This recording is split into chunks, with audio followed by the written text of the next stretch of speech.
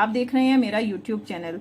तो जैसा कि पहली क्लास मैंने अपलोड कर दी है, आप लोगों के बहुत अच्छे व्यूज आए हैं, बहुत अच्छे कमेंट्स किए हैं, आप लोगों ने मेरी क्लास को बहुत पसंद किया है। मुझे बहुत अच्छा लगा कि मैंने इतनी मेहनत की है, तो आपको वो अच्छी भी लगी है। तो अब ये मैंने आपके सामने 2 कंटोरिंग किट्स रखी हुई हैं। तो मैंने आपको अपने पिछले लेक्चर में एक्सप्लेन किया था कि कंटोरिंग जो है वो ब्राउन शेड से होती है। तो मेरे पास ये 2 शेड्स हैं। ये वाला शेड जो है, ये वाली किट जो है मैं ब्राइड के लिए यूज करती हूँ। ये वाली किट जो है मैं पार्टी मेकअप्स में यूज करती हूँ। ये थोड़ा डार्क कलर है, ये थोड़ा लाइट कलर है। तो दोनों डिपेंड करता है कि आप किस वक्त क्या यूज करो या आपको किस वक्त क्या सूट कर रहा है।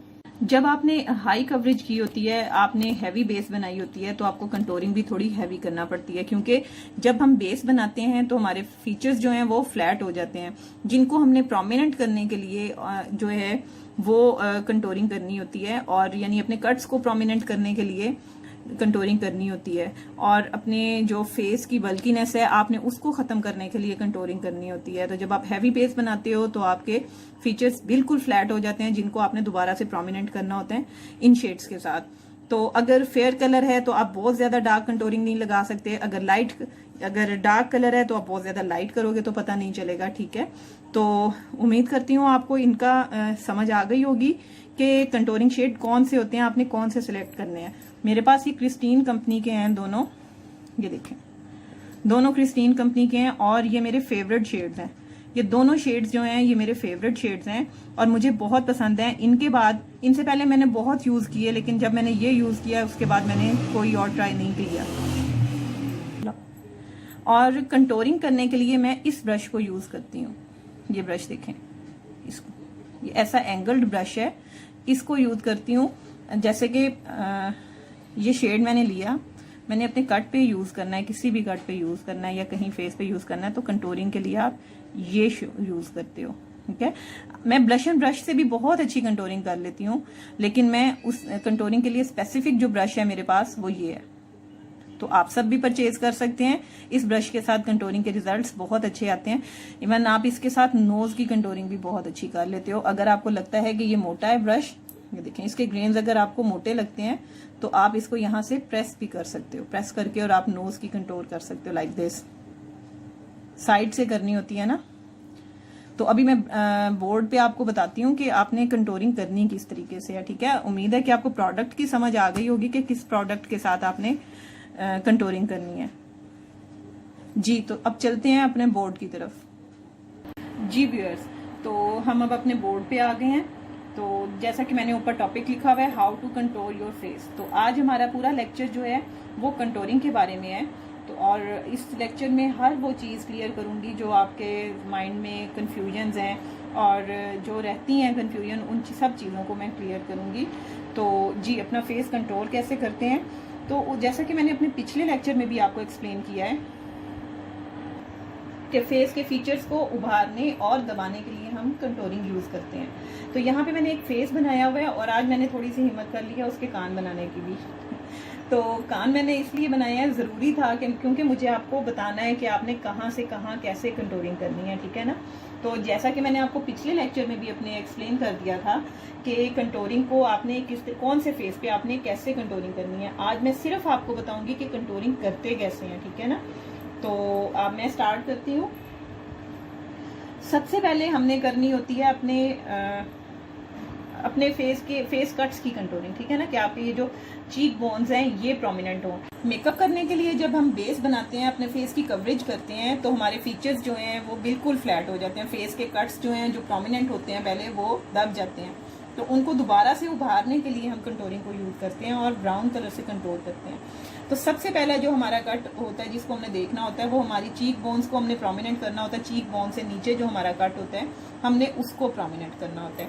तो जैसा कि यहाँ पे आप देख रहे हैं कि कान की यहाँ पे नहीं, वो तो नहीं दिख रहा, लेकिन यहाँ पे हमारे ना, आप खुद सब देखेंगे कि हमारे कान की यहाँ पे हड्डी होती है, एक लो होती है, लो तो खैर ये है, लेकिन एक हड्डी होती है यहाँ पे, उस कान की हड्डी से ऊपर से। ठीक है, ये कान और ये हड्डी, यहाँ से हमने चीक बोन को अपने प्रोमिनेंट करने के लिए कंटोर करना होता है। ठीक है, कंटोर करने के लिए आपने इस तरीके से यहाँ पे ब्रश रखना है और इधर इधर सिर्फ रखना है। ठीक है, हमने अपने लिप्स के पास नहीं, क्योंकि ये लाइन जो है आके लिप्स एंड पे मिलती है, तो हमने अपने लिप्स के पास नहीं आना, हमने सिर्फ यहाँ पे कंटोर करके डार्क, यहाँ पे आपने अपना ब्रश रखना है, स्ट्रोक आपने यहाँ लगाना है, ठीक है। ये मैंने वही कंटोरिंग ब्रश पकड़ा है जो मेरे पास पहले या जो मैंने अभी आपको दिखाया है। तो यहाँ पे आपने स्ट्रोक लगा के और उसको हल्का सा बस इधर ब्लेंड कर देना है। सेम उसी तरीके से आपने यहाँ ब्लेंड कर देना है, ठीक है। यहाँ पे डार्कनेस होगी और आगे लाइट हो जाएगा, हमने पूरा शेड एक लाइन नहीं खींच लेनी। इंशाल्लाह जब मेकअप स्टार्ट करेंगे, मेकअप करके प्रैक्टिकली मैं आपको दिखाऊंगी तो आपको सब समझ आ जाएगी। अभी भी आपको समझ आ रही होगी, क्योंकि ये एक ऐसी चीज़ नहीं है जो आप लोगों की समझ से बाहर हो। मेकअप हर कोई करता है, मेकअप की सेंस सबको होती है थोड़ी बहुत, लेकिन उसको निखारने की ज़रूरत होती है। तो यहाँ से मैं कंटोर करूँगी और इधर से कंटोर कर दूँगी। तो उसके बाद ये देखें, जब आपने यहाँ पे कंटोर कर दिया, अब कंटोरिंग से ऊपर हमारी होती है ब्लश ऑन की जगह, ठीक है। ये जगह जो होती है हमारी ब्लश ऑन की होती है। तो कंटोरिंग यहाँ पे हो गई, उसके ऊपर ब्लश ऑन आ गया। ब्लश ऑन के साथ ही हमने यहाँ पे हाईलाइटिंग करनी होती है।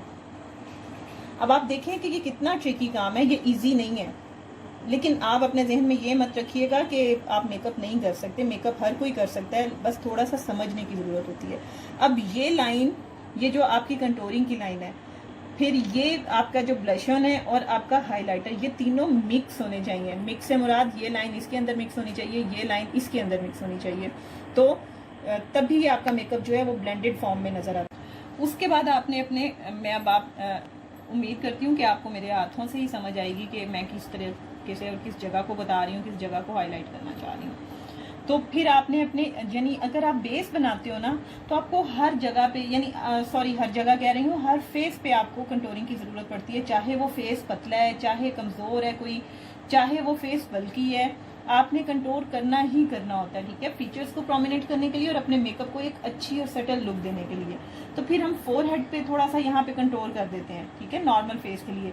जो हैवी फेस होते हैं उन पे तो हैवी कंटोरिंग होती है, और यहाँ पे हमने अपनी चिन पे भी करनी है थोड़ी सी कंटोरिंग। यहाँ पे आपने अपना जो मैंने आपको उस दिन भी बताया था कि चिन के ऊपर नहीं लगाना होता, हमने शेड चिन के नीचे यहाँ पे गर्दन पे लगा के और ऊपर की तरफ ऐसे ब्लेंड करना होता है उसको, ताकि हल्की सी ब्लेंडिंग ऊपर आ जाए और आपकी चिन जो है वो थोड़ी सी कम फील हो, यानी पतली लगे और आपका फेस ज़्यादा लंबा ना लगे, ठीक है। इस इंप्रेशन को बनाने के लिए आप यहाँ पे चिन पे करते हो और आप अपने फोरहेड पे करते हो। फिर आपने जब आप अपने ये इस पे कर ली, अब जैसे कि यहाँ पे आप देख रहे हैं कि मैंने कान की हड्डी से ऊपर रखा हुआ है, लेकिन ये कंटोरिंग आती हमारी ऐसे है, ठीक है, यहाँ से यहाँ तक होती है, ऐसे ही आती है। और यहाँ पे अगर हम भी पूरी लाइन खींच दें तो हमारे लिप्स पे आ जाती है, तो लिप्स तक हमने नहीं लेके आनी होती। तो ये बड़ी अच्छे तरीके से ब्लेंडेड आपने करनी होती है। यहाँ पे आपने पूरा स्ट्रोक लगाना होता है, फिर आप थोड़ा सा यहाँ पे ऐसे लाइन खींच देते हो ताकि ये एरिया आपका कम लगे, इससे फेस की चौड़ाई कम लगती है जब आप यहाँ पे कंटोर करते हो कान के साथ बालों के पास। फिर आपने यहाँ पे अपने जॉ लाइन के नीचे कंटोरिंग करनी है और उसी तरह यहाँ पे स्ट्रोक लगा के ऊपर की तरफ ब्लेंड करना है दोनों साइड्स पे। तो यहाँ अब आपको समझ आ गई होगी कि आपने कंटोरिंग करनी क्यों है और किस तरीके से करनी है, ठीक है। हमें लाजमी बेस बनाने के बाद कंटोरिंग करनी पड़ती है। हमें अपने फोरहेड पे थोड़ी सी, अगर आपकी ये चीज़ थोड़ी सी चौड़ी है, आप यहाँ पे अपनी इधर करें। उसके बाद आपने ये जो सबसे ज़्यादा जो फोकस किया जाता है ना, वो इस चीज़ को किया जाता है जिसकी वजह से हमारी चीक बोन जो है वो प्रोमिनेंट होती है, ठीक है। तो यहाँ पे आप कंटोरिंग करेंगे, फिर आप अपनी चिन पे कंटोरिंग करेंगे और देन आप अपने जॉ लाइन पे कंटोर करेंगे। नेक्स्ट लेक्चर इंशाल्लाह मेरा होगा हाईलाइटिंग पे। एक्चुअली आपको हाईलाइटिंग मैंने बता दी है, हाईलाइटिंग एरियाज को मैं आपको बताऊंगी कि कहाँ कहाँ आपने हाईलाइटिंग करनी होती है। कंटोरिंग के साथ हाईलाइटिंग भी बहुत ज़रूरी चीज़ है। तो उम्मीद है कि आपको बहुत अच्छे तरीके से समझ आया होगा और इंशाल्लाह नेक्स्ट लेक्चर आपको मैं अपलोड करूँगी अपना हाईलाइटिंग के ऊपर होगा। वो बिल्कुल उसकी प्रोडक्ट्स भी मैं आपको दिखाऊंगी, बेस्ट प्रोडक्ट भी बताऊंगी कौन सी है, तो आपको समझ आएगी कि आपने कौन सी लेनी है। मैं इंशाल्लाह कोशिश करूंगी कि आपको वो प्रोडक्ट बताऊं जो आपकी रेंज में हो, यानी ना बहुत ज़्यादा महंगी हो और अच्छी भी हो। तो इंशाल्लाह अपनी नेक्स्ट क्लास में मिलते हैं। इस क्लास से रिलेटेड अगर आपकी कोई क्वेरीज हैं तो आप मुझे ज़रूर भेजिएगा, कमेंट सेक्शन में आप मेरे साथ डिस्कशन कर सकते हैं। मैं हर क्वेश्चन का आंसर दूंगी और घबराने की ज़रूरत नहीं है। जहाँ पे आपको लगे, जो पॉइंट आपको लगे कि समझ नहीं आ रहा, मुझसे पूछें, मैं आपको दोबारा क्लियर करूँगी। तो मेरे चैनल को लाइक और सब्सक्राइब कीजिएगा और बेल आइकॉन को ज़रूर दबाइएगा।